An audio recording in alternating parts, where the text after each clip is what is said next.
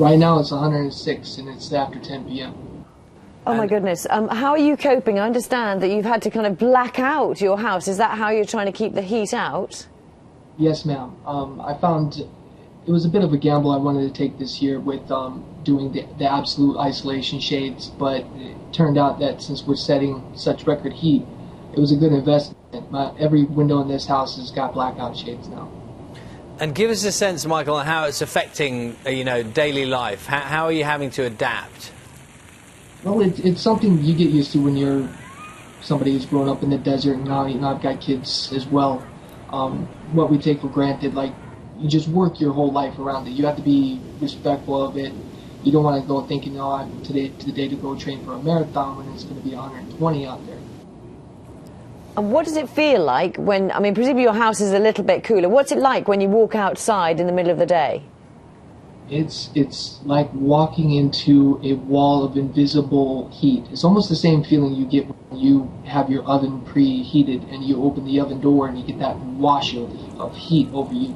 It's times 100.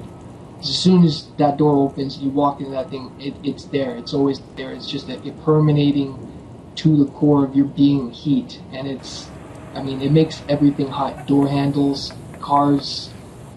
It's really bad for people who have leather seats as well. I'm sure it is. That sounds really uncomfortable. Michael, you were saying that you grew up there. You're kind of used to these temperatures that get very hot. Do you still see people doing really stupid things? Yes, you do. I've seen people, as a matter of fact, just yesterday morning, I saw a gentleman who was out running. I thought, well, that's not too bad. It's morning time. And I saw the same guy at 4, which is about the hottest part of the day. He's out there running. He wasn't running as fast. It actually looked like he was speed walking and completely drenched from head to toe with sweat. I almost wanted to give him a ride, but I didn't want him to get sweat all over my car. And just tell us, what's the highest temperature it has been so far? What's the record you've enjoyed over the last few days yourself? Today's so far has been the hottest. It was 118, which I believe is almost 46 Celsius. And again, that's the temperature in the shade. It also, we have nothing but a bit of a concrete jungle around there. A lot of asphalt raises the temperature up another 10, maybe 15 degrees.